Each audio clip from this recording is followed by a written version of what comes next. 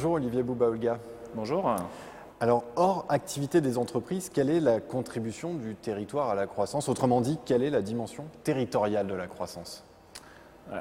Elle est souvent décisive. En fait, une entreprise, ce n'est pas une entité isolée qui serait suspendue en l'air. Elle est toujours ancrée. Les établissements productifs sont ancrés sur les territoires. Les entreprises utilisent de la main-d'œuvre localisée sur ce territoire-là, entretiennent tout un ensemble de relations avec des sous-traitants, d'autres entreprises, parfois avec des laboratoires de recherche, etc.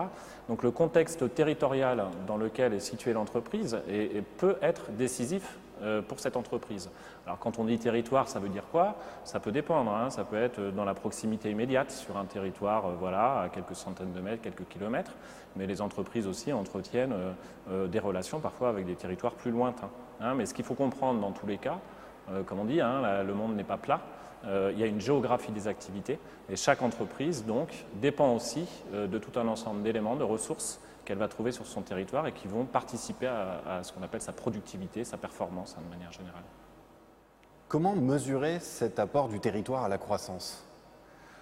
Alors, on peut le mesurer de plein de façons différentes. Alors, tout dépend, est-ce qu'on mesure la productivité des entreprises? Il y a beaucoup d'exercices qui sont faits dans ce domaine-là. Hein, c'est-à-dire qu'on va regarder la productivité des entreprises et on va essayer de mesurer dans quelle mesure le fait d'être localisé sur tel territoire plutôt que sur tel autre permet de dégager des performances plus importantes, alors soit en termes de productivité, soit en termes de création d'emplois, etc.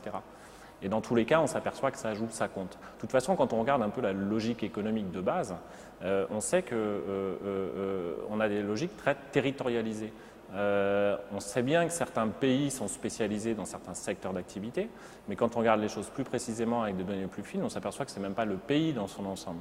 C'est certains territoires infranationaux qui ont, au fur et à mesure de leur histoire, dégager des avantages décisifs dans certains secteurs. Bon, en France, par exemple, on peut prendre le cas de l'aéronautique. On sait que c'est beaucoup Midi-Pyrénées, Aquitaine, où sont localisées ces activités-là. Voilà, pour chaque secteur, en fait, on a des géographies assez fines, hein, beaucoup plus fines que ce qu'on imagine.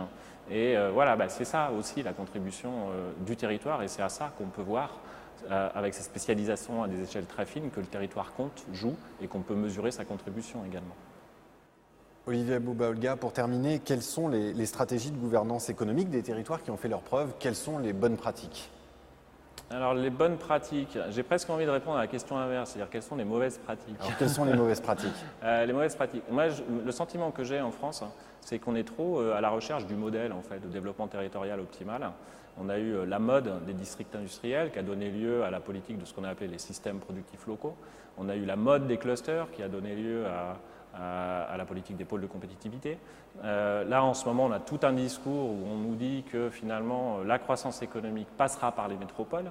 Voilà, à chaque fois, on recherche le modèle et ce qu'on essaie de faire, c'est reproduire ce modèle de manière, voilà, dupliquer le modèle un peu partout. Ça, de mon point de vue, c'est la mauvaise pratique. La bonne pratique, ça consiste à dire la France est riche, et c'est vrai de tous les pays, est riche de la diversité de ses territoires.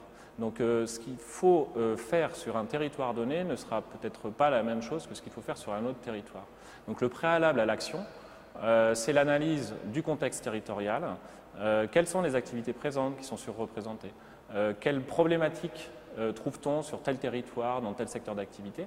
Et par rapport à la problématique identifiée, qui est très contextualisée parfois, quelle bonne politique publique peut-on brancher pour… voilà, c'est ça l'enjeu.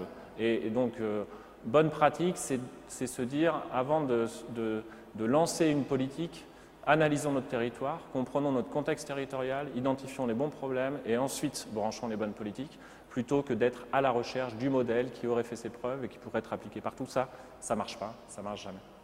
Olivier Bouba-Olga, je vous remercie. Merci.